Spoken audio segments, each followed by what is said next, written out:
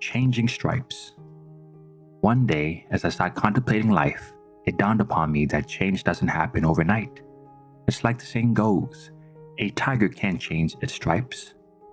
Though we're not tigers, at times it feels as though we're stuck as who we are once we reach a certain point in life.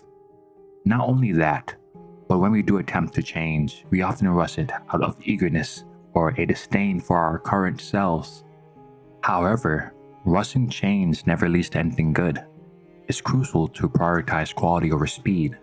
For most people, achieving a satisfactory level of change is rare. It's challenging to satisfy something that always seems beyond reach. Rushing through things often leaves our progress full of holes, lacking the depth and completeness they should have. So take your time and let change happen naturally, ensuring it's done right. But that's easier said than done. On one hand, there's this hopeful image that we all hold on to, envisioning how our lives should unfold. We see ourselves gracefully handling any changes that comes our way, confidently pursuing our goals and eagerly anticipating success. It's like painting a picture of a future where everything just clicks into place. A sort of dream where all is progressing smoothly, with us as the main character winning in a perfect world. It's akin to heaven on earth. Yet with dreams, we rarely acknowledge imperfection. Instead, we receive a summarized version of what we want things to be, devoid of rough days and nightmares. Is this true for everyone? No. But much like when you get home and want to kick back, relax, and enjoy whatever medium of your choice, that's what our desires are like. A want or need to do something while expecting to see results in whatever form you anticipate. But focusing back on the topic at hand, on the flip side, the harsh reality is that many of us will struggle and fail with change and life's tough challenges. It's a world filled with uncertainty, where the road ahead is bumpy and full of obstacles. There are no guarantees, especially for those who didn't have any guardrails put in place for them growing up. Even with those precautions, life has its own pitfalls and troubles that those with, we say, have a silver spoon rather than a wooden one will still have to face, perhaps much later in life. Then there are also people who aren't accustomed to sudden changes. They rather stay and struggle in a familiar environment than face a foreign one.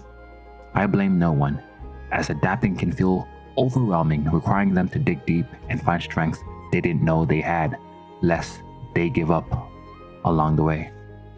Even those who seem to have it all together have either already faced their shares of difficulties or are experiencing them just in a way that you don't see. Despite their wealth or status, they still encounter moments of frustration and disappointment when things don't go as planned. But they understand the importance of resilience, knowing that sometimes you just have to push through the tough times to come out stronger on the other end. There are times when we can't help but engage in what some call the victim Olympics, not because we encourage victimhood, but because people take pride in their struggles. Sometimes it's hard to understand the struggle of others because of the belief that since we made it through something perceived as worse, we can't comprehend why someone else is complaining about their own struggles that we deem lesser. Rich snide remarks saying that in our own time that we might have risked for the challenges that person is facing now instead of what we had to go through. However, everything is relative, and how we handle things differ. While some struggles may seem trivial, at the end of the day, the person experiencing them is still feeling those emotions, and not everyone has the same tools to cope. Some acquire these tools through good parenting or mentorship, while others grow up quickly and must find a way to make it through on their own. You can label these people however you want, and you don't have to sympathize with them, but ultimately, offering empathy is beneficial. When it comes to life experiences, there will never be a one-size-fits-all solution, and I don't pretend to offer one. Judging others makes us blind, whereas loving is illuminating. By judging others, we blind ourselves to our own evils and to the grace which others are just as entitled to as we are. Dietrich Bonhoeffer. But in the end, that is human beings, we will always judge. But to each their own. I see no point in kicking someone when they're down or is yelling at them, but everyone cares in their own way. And other people just don't know better, nor do they know how to use their words to comfort, as they were never comforted. But if all you do is comfort, one may say, isn't babying too much also a negative? True, but it doesn't mean you have to be condescending or just a horrible human being, as everyone has words, and they understand that though you may mean well, it doesn't mean what you say might not come off wrong or hurt somebody. Though, I'll say this quote, take it regardless of its origin. Do to others as you would have them do to you. Luke 6:31. Because we can often find ourselves in the position of a hypocrite, where we say, do as we say, but not as we do. And I can safely assume, as a generalization, is most of us have been hypocrites or are hypocrites to some extent. And now when we talk about generations, it's because of this that there will always be a disconnect between different generations, people, and cultures. Because with this mentality that hard work trumps all, there's a saying that each generation thinks the next is worse and lazier than the previous one, especially as you're near the summit or later years of your life. I imagine it's pretty hard for someone who is relatively successful in their own right. And by success, I don't necessarily mean being rich, but rather having a path to sustain themselves into the future. To connect with those at the bottom of the mountain might seem daunting, as the trail they once walked is no longer there, which is where they base their experience from. Though there are some experiences that are timeless, but not all, as this experience or this path is corroded and gated by the change of time and by others who established themselves, setting up blockades to those who wish for the same luck in their climb up the mountain. Moreover, the mountain keeps growing, making the journey even more challenging for those who follow, and a bit longer for those who've stumbled in life or faced unfortunate circumstances. At the end of the day, it's natural to ponder the things beyond your control and question the time and effort invested. It serves as a reminder that life is intricate and unpredictable, urging you to contemplate what truly holds value and how to cultivate happiness amidst adversity. When envisioning the future, why is it so daunting to enact changes? Comfort often fosters complacency, akin to an anchor tethering you to your current circumstances. As long as that anchor remains, everything appears stable. However, when confronting with the possibility of a substantial change or the necessity to veer in a different direction, resistance inevitably arises.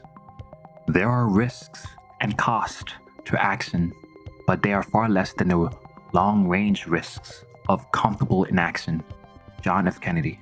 This struggle is particularly poignant for individuals grappling with depression, anxiety, or other mental health hurdles. The battle often unfolds within the depths of the mind and body, with emotions tugging at the very essence of one's being.